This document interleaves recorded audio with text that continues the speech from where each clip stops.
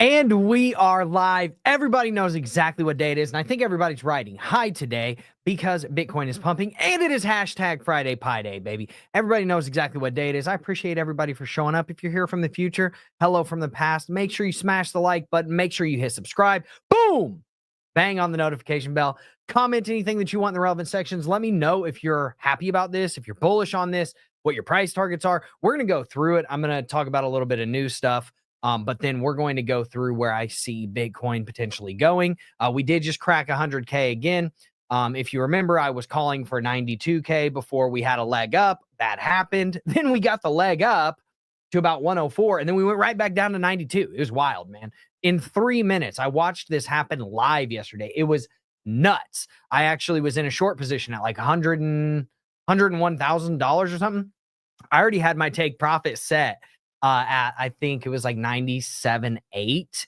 And then it just blew through my take profit. And I was like, well, damn, I could have gotten 92 out of that. But then it's immediately, as soon as I saw that happen, I flipped long, took a little couple of $100, nice profit, can't be mad about it. That was just the institutions essentially saying like, hey, man, we still run this game. And I also think that it had a lot to do with Michael Saylor buying Bitcoin, but we can talk about that here in just a second.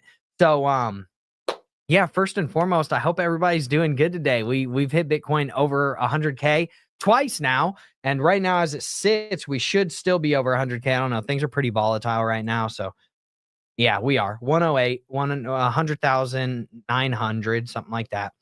We did just get a little swing failure pattern that could push us up, but we also have kind of like a little bear flag on the 1 minute chart, which is, no big deal. So let's talk about it. All right. But first and foremost, I want to talk about some like stuff that we probably should have seen coming, which is things of this sort.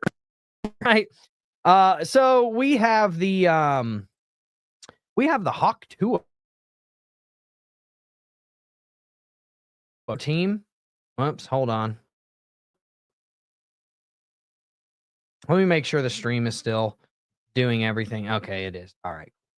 Hopefully everything is fine in terms of the actual stream. I know that my whatever should be good. My audio should be good, but hopefully the bandwidth is good. I actually updated the RAM. I got higher RAM in my laptop now, so hopefully that helps.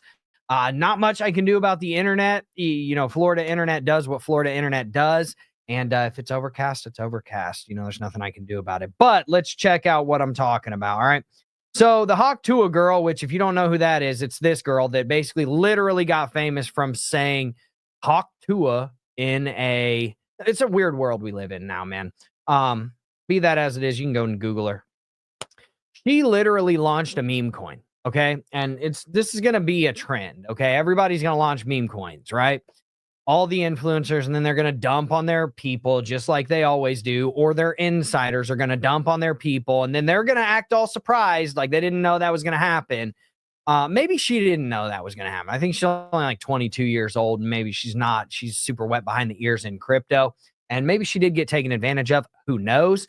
My point is that watch out for all these stupid ass meme coins that are going to be coming out, because literally everybody, all these people, they're going to be like, Hawkonomics. Look at this. Oh my God.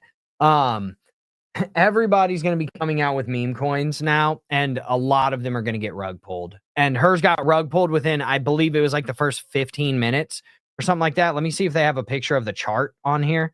They don't. But essentially, yeah, it was within like the first 5 minutes. Her team, this chick's team, essentially rug pulled that, and it went up to like a $500 million market cap within like the first 5 minutes, and then all the insiders dumped. They did a Twitter space on it. CoffeeZilla was on it. CoffeeZilla already has done a video on it, literally within like hours of it happening. I don't know if I can, maybe if I go to Dex Screener, let me see. I rarely go to Dex Screener, but let's see if we can find Hawk. I think it's Hawk. HAWK is the ticker symbol for her. Essentially now rug pulled project. So let's see if we can find it. HAWK, and I'll show you the chart. It is It's obliterated. It got obliterated immediately. And it was on Solana naturally. Yeah, here it is, Hawktua. Market cap 36 mil now. It went down 90%. Look at this, dude. Look at this. All right, let's go to the 5-minute chart and let's show you how bad this was. Okay, let's go to the 1-minute chart. That's even worse, right? Scroll all the way back to oh my gosh. Dude, this happened literally so fast. It had 3, 4, 5 minutes tops that it went up, and then it retraced. Oh my gosh. That is crazy. It retraced within 45 minutes. It lost 90%. That's crazy. So this is what these influencers are going to be doing. They're all going to be like coming out with their stupid meme coins, and they're all going to dump on you. Don't fall for it. Let's see if anybody's in the Discord. There is one person in the Discord. We'll leave it open. All right. MicroStrategy is, I think, the reason why all of this happened. This over here. Okay, let's scroll over on the Bitcoin chart. Okay, I'm pretty sure that MicroStrategy is the reason why all of this stuff happened right here, right? The fall from like 98 all the way down to like $92,000. I mean, look at this friggin' wick, man. This happened in the matter of 3 minutes. Boom. Bam. So essentially, this is just my opinion. Okay. I'm not saying this is a guarantee by any means. I think that MicroStrategy and their stock went down because of, that, they're buying at all-time highs, right? And I get it. Their business model, they don't care. They want Bitcoin long-term. We get it. It should continue going up, right? They're in it for decades. We understand that. I think that they did that $21 billion whatever. It was like a raise where it was convertible debt notes, I believe, or maybe it wasn't convertible, it was debt notes at the very least. 0% debt notes too. They raised like $21 billion and then they just started buying Bitcoin, right? And a lot of that is probably what happened right here, right? If you zoom out and you look, this is like when their debt notes were coming in, was like 94K all the way up to 104K. So I think that they were buying up here and then this volume stalled out. And then there was a massive imbalance in the order books, right? Where people were trying to buy down here to go up over 100K. So then the institutions decided, okay, we're going to show you guys exactly who runs this market. Bam. Massive, down 92K, right? Pretty crazy, to be honest with you. It was a wild ride. I watched it live, and like I said, it was pretty buck, man. So anyways, here's my point. Now we're starting to kind of trend back upwards. Now, do we stay up here? That's to be determined, right? We do have a couple of things that I can show you, but let's get through these last couple of things first, right? We did pass the 100K mark, and then Trump was like cheering it on, which I thought was really cool. And if you look at I was actually talking to Larry earlier today about this, and he was like, hey, have you seen like the people that Trump's appointing for like his advisors and cabinet and stuff like that? I'm like, yeah. He was like, I think this is super bullish for crypto because all of them are like crypto bulls, right? They're all like super long-term crypto maximalists, stuff like that. So I do think that that's going to be good news for crypto in the long run, especially altcoins. Now, I do think that this needed to happen right here. This like 92, going back down to 92K or whatever. And man, we're trying to push up higher. We're at like, what do we hit? 101, 601. Yeah, we're trying to push up a little bit higher, but we'll see if we got the juice to do it. We've already got a bullish or a bearish divergence right here on market side for B. Yeah. Higher high, lower high here with a higher high in price, higher high price, lower on the momentum at least. Not necessarily on the money flow. Money flow seems to be staying basically exactly the same. Did get a little green dot here. This is on the 1 minute. This is super degen. I would not take this as advice. Just looking at this chart. If you want to sign up for Market Cipher, I've got a link in the description. Do whatever you want. Here's my point. If you go and you look at the 1 hour chart and then also the 1 day chart, I'm going to show you some stuff really quick. Actually, let's go to the daily chart first because we could be pushing up here to about 107. very potentially 107, somewhere around there right here. Boom. That's our long-term trend line. Okay. And if you guys aren't watching that trend line, you definitely should. Just spoiler alert. Now,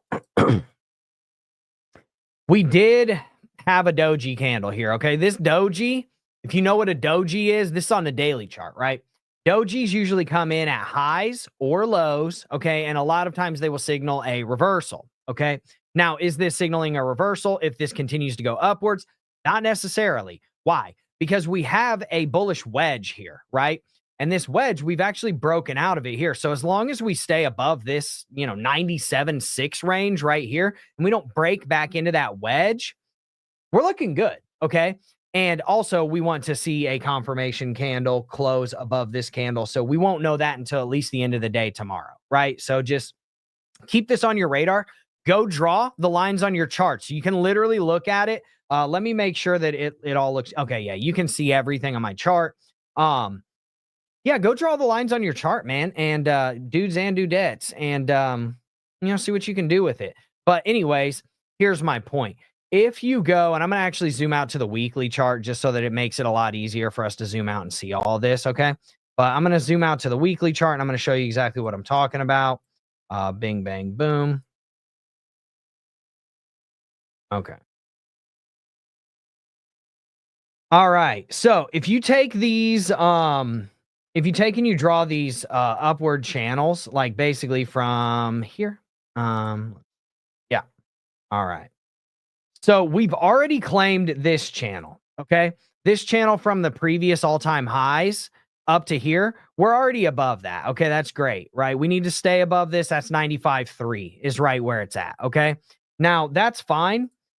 Here's the other one that connects the 2021 bull run to the 2017 bull run, right? And my bet is if you go and you extended this down here, it'd probably go to the 2014 top too. Here's my point.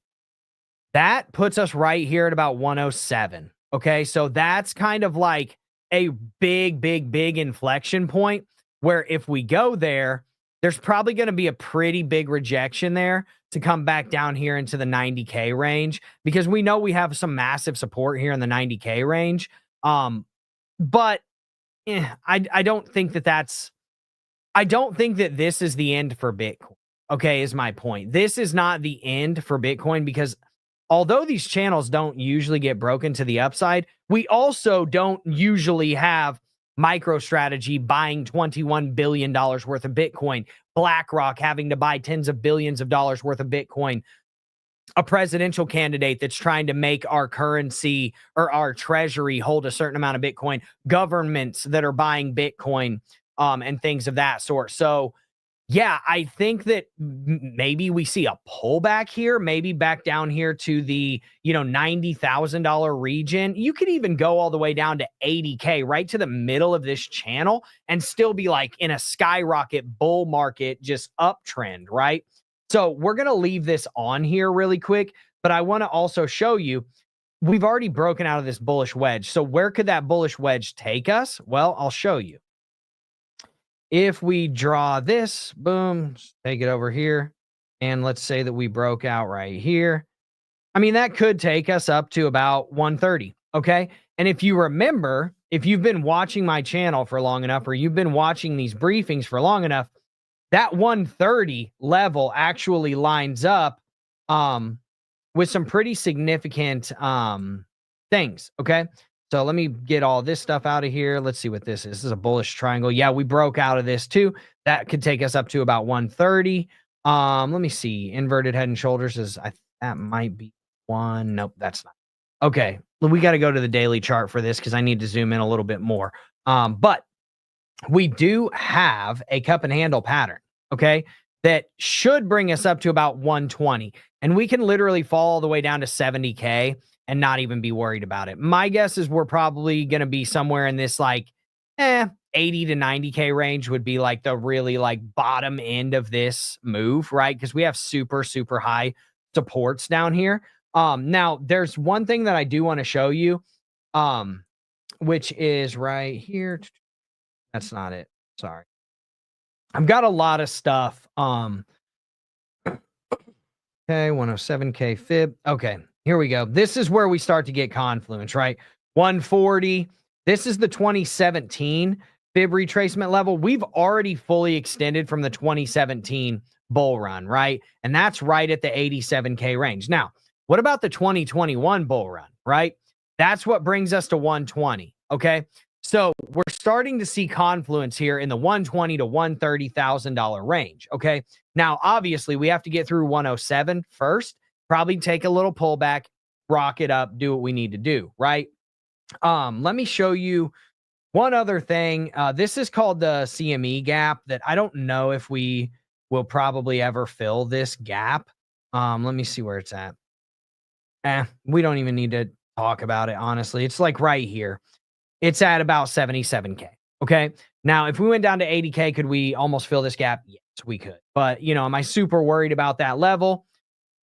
Not for real. Not really. Not necessarily. So here's my point. Okay. I could see us pulling back here at the 107 range for the reasons that I just kind of, you know, was stating. I think it's going to be a good ride for Bitcoin, but I think we need to do it responsibly where we leg up, leg down, leg up, leg down, leg up, leg down. And that'll kind of put us exactly where it is that we need to be. Now, one thing I did want to talk about really quickly is the these fixed range volume profiles. So let me find my range volume profiles. Yeah, they're right here. Okay, so if we look at from the all-time high, the previous all-time high, which was right here, right? This is where we're measuring it from, essentially this kind of like right here, right? And we measure the breakout of this previous all-time high to the new all-time high. We are now seeing that we came back and hit the value area high of that almost perfectly and exactly, okay?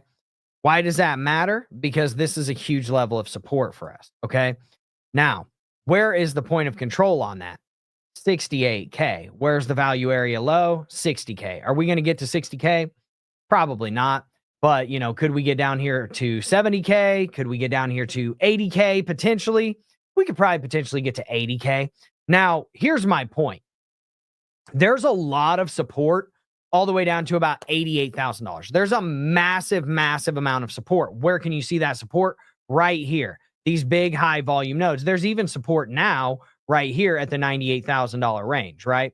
So if you're shorting here, you're targeting $98,000 for your first target, and then you're targeting 91,000 to about 89,000 for your second target, right? Then once you get under about this $89,000, $88,000 range, there's almost no support all the way down to about 78K. Let's see, where's it at? Yep, about 77K. There's very little support here. This is very small volume nodes. And then you've obviously got massive support at the point of control. You've got massive support here at above 76, at about 76. So anyways, here's my point. It's going to be really key to hold this 85 level and really to hold probably this 88 level. If we don't, it's probably going to be a nasty little fall right here to kind of where we broke out right here. All right, from the previous all-time high. Now, there is another range that I kind of want to show you. And again, what did we do in this range? This is from the previous kind of like all-time high where we broke out, which is right here, right? We broke out on these two candles right here.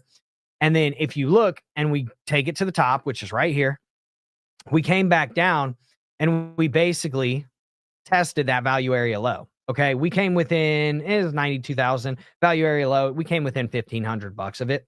So that's kind of my point. Like you just need to watch out for these levels. Make sure you're pulling your like fixed volume profiles and things of that sort, and that you're making sure that you're protecting yourself in any case, right? Because although Bitcoin can go parabolic, it can also leg up, leg down, leg up, leg down, just like every other market does, right? Just like healthy markets do. So I say all of this stuff not to be, not as like a cautionary tale, well, kind of as a cautionary tale, but to just tell people like, yo, just be cool, man. Like, let it do what it does. Where's my, I got to turn this thing off. There we go. Okay. Just let it do what it does. Okay. We want to see Bitcoin legging up. We want to see Bitcoin doing well. We want to see our altcoin portfolio at Wolfer Finance doing extremely well. We have Avalanche. Let's talk altcoins real quick, man. We have Avalanche above 50 bucks. ETH just cracked $4,000. This is good stuff. It's within 20% of its all-time high. I believe it was like 55, 56 is where Avalanche topped out. That was literally just under 50% of its all-time high. You've got Phantom Opera doing absolutely crazy numbers. It's gone up to like $1.36 now. It is now within almost spitting distance of half of its all-time high, just like Avalanche is. Obviously, Flux is a smaller cap coin. It's not moving as fast. It will be one of those laggard movers comparatively to Ethereum. Ethereum will probably just be a steady kind of like incline. Great news, all good coming into 2025 and in the months coming in 2025. Then you've got Avalanche. I honestly think Avalanche is going to hit over $100. I think it could hit its all-time high, maybe crack it by a little bit. But my bias is that, man, if Avalanche hits like the 100 to 120 region, it's going to be great for Avalanche. You're also going to see FTM probably coming close to its all-time high, especially with the Sonic upgrade that they're doing to their blockchain that can do like, dude, I think it was like 10,000 or 100,000 or some ridiculous amount of transactions per second. They're starting to compete. FTM is, which they're now rebranding themselves to Sonic. FTM is now starting to compete with like these big like Visas, right? Visa can do like, I think like, I don't know, we can look it up, but I think they can do like 70,000 transactions. Let's see, transactions per second to Visa. See how many they can handle. 24,000 transactions per second. And I think Sonic is now coming in at like 10K. So we're almost halfway there to taking out the credit card and merchant processors to where a blockchain could eventually replace their system, right? So I think this is going to be great news for altcoins. I think this is going to be great news for the Wolfer Finance portfolio. I think we're going to do extremely well. The game hasn't changed. The vision hasn't changed. We are a long-term minded company and community, right? And, you know, whenever I brought people into Wolfer, I said, hey, man, this could be a 5 to 10 year play. It's actually shaping up to where it's probably not going to be that, right? Where we can get where we're going faster than that, right? Which is great for us. In terms of what's our plan moving forward, the plan has not changed, right? We continue to stack our validator and masternode rewards, right? We continue to let the market do what it's doing. Leg up, leg down, leg up, leg down, until we get up to those really nice, juicy gains and highs. And obviously, I'm keeping my bead on the market the entire way. So I'm not going to like just randomly, like we're not going to get dumped on is my point. That's like, we're going to know when the top is. We're not going to wait till 6 months after the top. We're not going to do that, right? Are we going to hit the exact top? Maybe not. Very few people do, but my point is that we're not gonna like wait to take profits at the very top or after the top is in, right? You'd rather be early than late majority of the time. Secondarily, when we get closer to that kind of like toppy feeling and toppy range, I probably will not be staking the validators anymore. And what I mean by that is Ethereum's easy to get out of. You just unstake it, no problem, no lockup period, no nothing. They just put it back in your wallet. You can sell it immediately, right? That's easy. Flux, same thing. You just unstake it. It comes back to your wallet. There's like little to no waiting period on that. You can go, you can liquidate them, bing, bang, boom. If you wanted to sell Flux and Ethereum today, you could. The two that I'm talking about not staking, and I'm not saying I'm doing this anytime soon. So please, okay, let me just say this again. Okay, I'm going to say this in like plain English. I have staked all of our nodes. You can always check this on the Wolfer Finance website too. You can go to the treasury page and click all of the nodes and see if they're staked. Before you start going crazy in the comments section or the Discord or sending me emails, oh, you're not staking. No, they are staked. I'm saying that whenever we get close to a top is going to hit in the middle of a month or something like that, right? And then it's going to recede quickly. So with Avalanche, okay, you do not get your coins back until your delegation has ended. We're staking and delegating in 2-month intervals. This will likely be the last time we stake on a 2-month interval. We will probably stake on month intervals now, okay, for Avalanche. And once we get towards that toppy feeling, I'm probably not going to stake anything, because would you rather be able to get out of your position at the best possible price or keep your stuff staked for $10,000 a month at best? That's like the most money you're going to make. But how much are you going to lose in terms of potential profit if you don't sell it when it's time to sell it? Same thing with the FTM node. Yes, we can get out of the FTM quicker, right? We can get out after, I believe it's 5 days. That's fine, right? But there's also an undelegation period. So first off, if we're staked, we don't get any of the rewards that we would have accrued for that staking period. Second, you have to undelegate, and then your FTM will come back to your wallet 5 days later, okay? So my point is, once you get up to like these super toppy kind of like price points where you're comfortable saying, all right, this is probably a place to take profit, I'm not going to stake the Avalanche validator, and I'm not going to stake the FTM validator. Does that change anything for you? Nope. You can go and stake your FTM or your Avalanche on any of the other validator nodes that are on that network, right? Does it change anything for Wolfer? Not really.